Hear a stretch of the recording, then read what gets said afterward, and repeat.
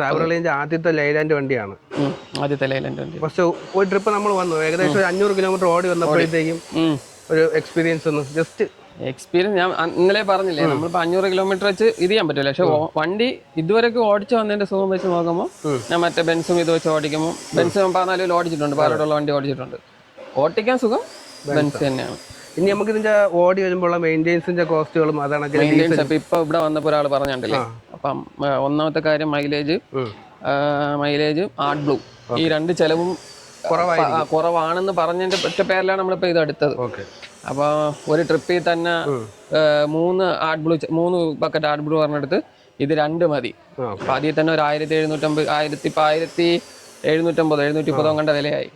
അപ്പൊ അങ്ങനെ വരുമ്പോൾ ലാഭം പിടിക്കാം. നമ്മളെന്തായാലും മാസത്തിൽ ഒരു 2 ട്രിപ്പോ അല്ലെങ്കിൽ 3 ട്രിപ്പോ വരുന്നു. 2 ട്രിപ്പ് കൂട്ടിയായി, 2 ട്രിപ്പ് വരും. അപ്പൊ അത് തന്നെ 3 രൂപയ്ക്ക് മുകളിൽ പോയി.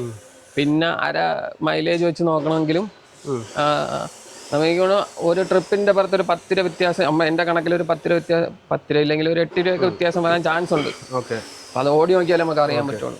അപ്പൊ അതൊക്കെ വെച്ചിട്ടാണ് നമ്മൾ ലൈലാൻഡിലോട്ട് തിരിഞ്ഞത്. ഒരു ബാരബൻസ് ലൈലാൻഡ് എന്നുള്ള ചോദ്യം വന്നാൽ നമ്മൾ ലൈലാൻഡ് ചൂസ് ചെയ്തതിന്റെ കാരണം മെയിനായിട്ട് നമുക്ക് എന്തെങ്കിലുമൊക്കെ ഒരു ലാഭം എവിടെന്നെങ്കിലുമൊക്കെ വരുമെന്ന് ഞാൻ പറയുന്നത്. ഒരു ട്രിപ്പിന് ഒരു 5 രൂപ മാറിയാലും ഇപ്പൊ ഒരു മാസം 2 ട്രിപ്പ് വെച്ച് 10 രൂപ ആയി. അപ്പം 10 രൂപ വെച്ച് നമ്മൾ നോക്കുമ്പോൾ ഒരു വർഷം ഓടുമ്പോൾ ഒരു വലിയൊരു എമൗണ്ട് ആയി മാറിയാണ്. അപ്പൊ നമ്മളതാണ് നോക്കേണ്ടത്, അതാണ് നോക്കണം. പിന്നെ ഒരു ബിസിനസ് ആകുമ്പോഴത്തേക്കും ലാഭമില്ല നമ്മൾ നോക്കേണ്ടത്.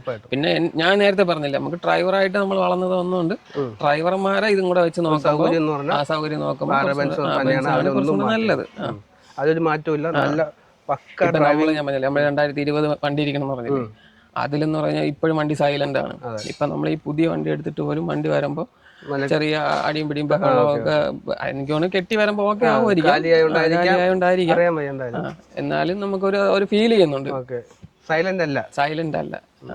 അത് അങ്ങനെയൊക്കെ ചെറിയ ചെറിയ പ്രശ്നങ്ങളൊക്കെ അതൊക്കെ മാറി വരുമായിരിക്കും.